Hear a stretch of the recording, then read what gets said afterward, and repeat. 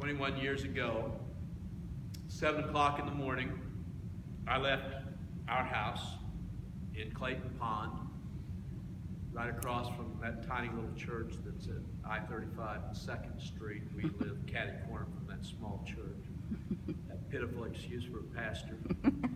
I'm kidding. Craig was my associate at the time, interestingly enough, when this happened. But we live right in that neighborhood, right catty-cornered from Craig, from Life Church, Edmond campus. And I had, at the time, I was on the radio on Oasis Network, pretty well nationwide. And so I prepared my radio broadcasts on Wednesday. Sunday had been Easter. We had a late Easter that year. And on Wednesday, my sound engineer was to be there at 8:30. But what had happened on the previous Wednesday is I'd been going through the book of Acts. That was the study material. And as I got to a certain page, I flipped the page over, and the next page didn't make any sense. What do? You're making radio broadcasts. You can't stop. And you immediately go into preacher mode, which is ad-lib. And you think of 1,000 different stories you can tell, But I told the sound engineer when it was over with, I said, listen, I got to come in early next Wednesday.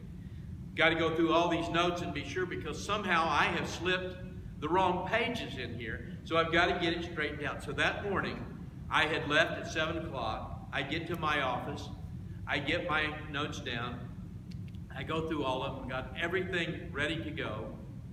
And we had been making radio broadcasts for 8 years, and never had my sound engineer ever been late, ever. I mean, you could count on him just being there. And come 8:30, he's not there. 8:45, he's not there. 10 minutes till 9, he's not there. And the phone rings, my secretary says, Pastor Gus is on the phone. So I pick up the phone, and he said, boss, I don't know what happened. I forgot you this morning. In 8 years, he had never forgotten me. And on that date, April 19th, 1995, he forgets me. Remember that. That's important. So I told him, I said, you know what, Gus? It's a Sunday after Easter. I'm worn completely out. I didn't want to make broadcasts anyhow. So let's double up. Let's plan to do twice the number of broadcasts next Wednesday, okay? So we're on for 8:30. I look at the clock. It's 5 minutes till 9. And so I go down to the kitchen, because the cooks were always there on Wednesday, and we had 3 cooks. And they were in the kitchen, and they make me a special pot of coffee because I'm kind of spoiled rotten. And so they made my cup of coffee. Everybody else has to drink out of something else but moi. And so I pour myself a cup of coffee, and I start back through the fellowship hall, across the fellowship hall, and when I pass by the office of our building manager, she said, Pastor, we had a trustee meeting last night, and we've decided to put in a new air conditioning system. Would you like to see how we plan to cool the platform? Because I'd always just burn up on Sunday morning. I never got any air on the platform. So I said, sure. And so we stand beside her desk. I'm on like you are, Pastor. And then she's on the other side of the desk, and she just rolls out the blueprints. And she's going through it with me, showing me where the main machine is, where the office outlets are, where the platform is. And at 5 minutes after, or 1 minute after 9, all of a sudden, I felt the floor. I didn't hear anything. I felt the floor shift toward the south. The whole floor just moved under my feet. And then I heard what I have called for the remainder of my life, the sound. I cannot describe for you the sound. It was the loudest thing I have ever experienced. I heard things breaking and shattering. And as the sound went, suddenly the floor shifted back toward the north, and it threw my building manager and myself up against the wall. We hit it so hard that both of us broke the drywall with our shoulders when we hit. Well, of course, the first thing that goes through your mind is, what on earth could that have been? You're just addlepated by what it could have been. And I stepped out and I looked toward the kitchen because I thought the church boiler, which was right behind the kitchen, I thought maybe it had exploded. Naturally, that's the only thing I knew that was explosive. And it sounded so close, I thought it was right inside the building. But I looked and pictures are on the wall, furniture's not moved, I can see them. They're standing looking around, so I knew it didn't come from there. And then I stepped out of Chris's office and I looked, and all the glass has been blown onto the inside of the building. I knew the explosion hadn't come from inside, it had come from outside. I ran into the street, and Chris, the building manager, came right behind me. I looked down toward Opubco at 4th and Broadway. It looked fine. I looked over at the federal courthouse. It looked fine. I ran to the corner and I looked up Robinson Avenue at 5th Street, and in the middle of Robinson and 5th Street there is a car on fire. I assumed that the car exploded. I didn't know, and I went running up the street as fast as I could run. Now we're talking maybe 40 seconds after the explosion. And I get to the car, and as I approach, I look over in Riddle's parking lot between the Journal Record building and the Murrah building, and every car in the lot is on fire.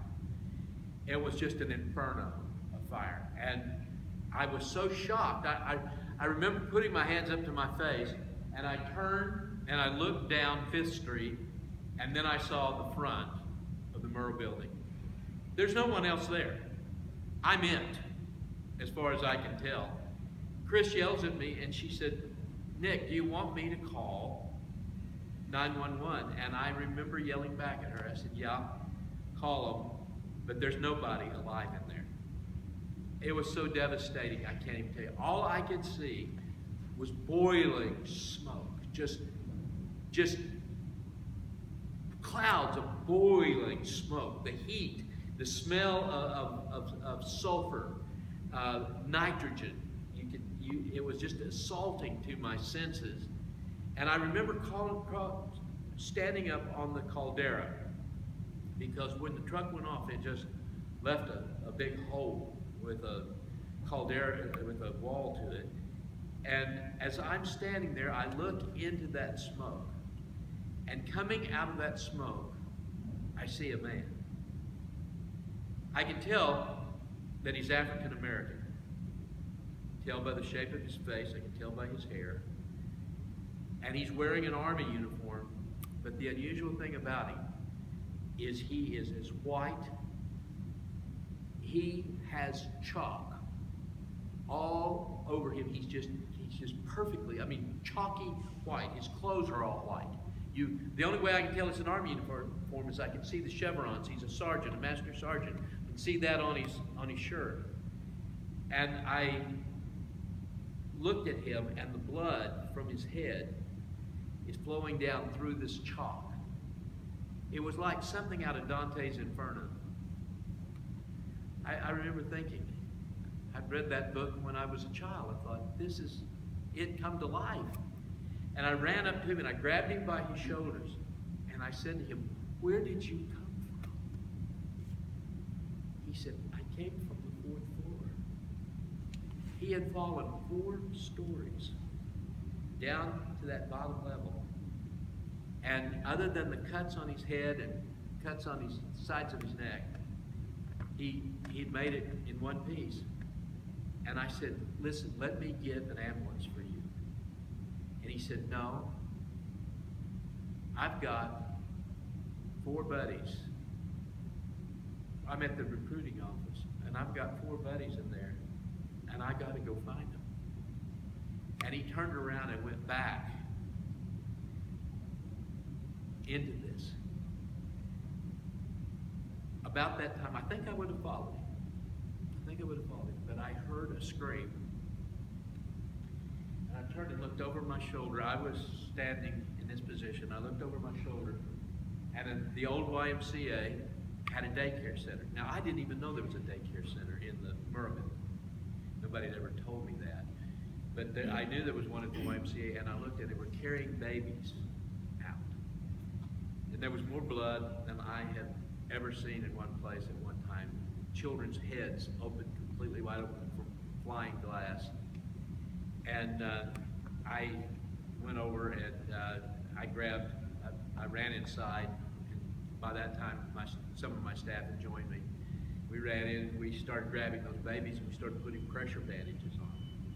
Well, we were there for like the next probably, I don't know, maybe 15, 20 minutes when all of these young people from the OU Medical Center, students, just come swarming in by the hundreds. And one of them, in fact, two of them, were medical students from First Church. And they said, "Pastor, how's your staff?" I went, I hadn't even thought about it. I didn't know whether they were alive or, all of a sudden it occurs to me, I don't know whether they're alive or dead. So I ran across the street, and all of them, the whole staff, 22 of them, standing out in front. And so I went down the line, "Are you okay? Are you okay?"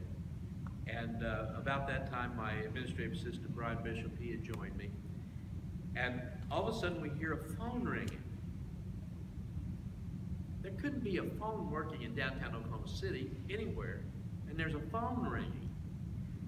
And it's coming out of the lobby. The church phone is still working. We couldn't find another phone that worked anywhere. And so we went in, and it was the bishop of the United Methodist Church in the state of Oklahoma. And he asked me how things were, and I made a quick report. But then I said to Brian, "Brian, let's go in the sanctuary." Now this is where everything comes back together. We walked into the sanctuary of the church. We came in from this direction, and I looked where I would have been recording that morning, because I always recorded from the pulpit. I think there's something sacred about a pulpit, and so I would have been recording from there. The skylight, 40,000 pounds of wood, steel, glass, had fallen directly on top of the pulpit. I would have been killed, but I've always been, and I've always told Amy, I said, "Amy, you are Romans 8:28 Christian." She was raised hearing her dad say that. That's what we are. We're Romans 8:28 Christians. And I'm telling you something. As long as God has a purpose for you, you cannot die. I've never been afraid of dying because I can't die.